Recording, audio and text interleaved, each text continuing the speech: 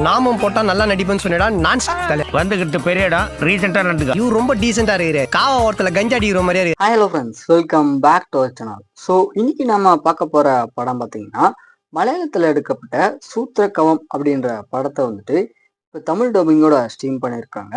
இந்த படத்தோட ரிவ்யூ பற்றி தான் இந்த வீடியோவில் பார்க்க போகிறோம். சரி, கதை அப்படின்னு பார்த்தீங்கன்னா நம்ம படத்தோட ஹீரோ வந்துட்டு ஒரு வில்லேஜில் சப் இன்ஸ்பெக்டராக ஒர்க் பண்ணிக்கிட்டு ஈவினிங் டைம்ல ஸ்டூடெண்ட்டுக்கு பார்த்தீங்கன்னா டியூஷனும் எடுக்கிறாரு. ஸோ இவருடைய டியூஷன்ல படிக்கிற ஆர்யா அப்படின்ற ஒரு பொண்ணுடைய அண்ணன் பார்த்தீங்கன்னா அந்த பொண்ணு வந்துட்டு அந்த அளவுக்கு ஃப்ரீடமாவே இருக்க விட மாட்டான். இதை பார்த்த நம்ம படத்தோட ஹீரோ பார்த்தீங்கன்னா அந்த நபரை பார்த்து கண்டிச்சும் விட்டுறாரு.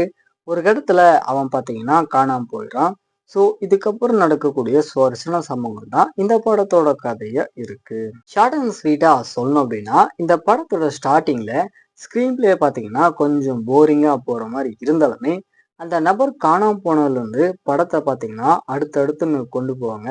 ஸோ அது நீட்டா இருந்துச்சு பார்க்கறதுக்கு. தென் அதே மாதிரி படத்துல இன்வெஸ்டிகேஷன் பண்ணக்கூடிய சீக்வன்ஸ் எல்லாமே பார்த்தீங்கன்னா ஓரளவுக்கு நீட்டாவே பண்ணியிருக்காங்க. கேரக்டரோட ஆக்டிங் வைஸ் அப்படின்னு பார்த்தீங்கன்னா படத்தை நடிச்ச எல்லாருமே ஒரு நீட்டான பர்ஃபார்மன்ஸை கொடுத்துருக்காங்க. நம்ம ஹீரோ பார்த்தீங்கன்னா அவர் கொடுக்குற ரோலுக்கு ஏற்ற மாதிரி ஒரு நல்ல பர்ஃபார்மன்ஸை கொடுத்துருக்காரு. பட் இருந்தாலுமே இந்த படம் ஃபுல்லாமே பார்த்தீங்கன்னா ஒரு பரபரப்பு அப்படின்றது சுத்தமாக இருக்காது. ஒரு மாதிரி ஃப்ளாட்டாக தான் கொண்டு போவாங்க.